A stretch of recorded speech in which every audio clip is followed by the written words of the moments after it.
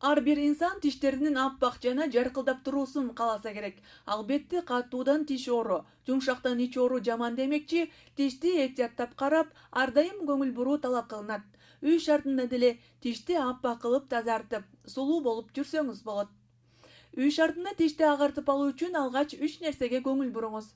Биринчиден, тиштериңизде ашыкча оору жокпу? Стоматологдон жылына 2 жолу кеңеш алып турасызбы? Экинчи, ооз көңдөйүндө эч кандай шамалдап калуу байкалбайбы? Же ооз көңдөйү оюлуп кетпегени да маани берүү зарыл. Үчүнчү, эч кандай нерсеге аллергияңыз жокпу? Бул нерсеге да көңүл буруу талап кылынат. Эгерде жогоруда айтылган шарттар аткарыла турган болсо, тишти агартууну баштайбыз. Агартуу бул жөнөкөй эле процесс. Тиш ар кандай тамактардын, кофе, чайлардын калдыктарынан улам түсү өзгөрүп карайып кетери анык. Анын үстүнө тиш доктурлордун айтканынын баарын эле аткара бербешибиз анык кеп. Элдик медицинада белгилүү болгондой, биринчи кезекте албетте тамак аш соодасы турат. Бул каражат менен агартуу баяртадан колдонулуп келишкен. Ал коркунучтуу эмес. Бирок агартып баштоодон мурун бир аз тиштериңиздин ооруп жатканын карап, тиш мүктөрү оорубай эле жатабы аны да билип алуу жакшы. Кадимки эле аш соодасын бир идишке салып алып, аны тиш щеткасына сыйпап эле тиштерди жууй берсек болот. Мыкты натыйжа берери анык. Бул тазалоону жумасына 2 жолу кайталаса болот.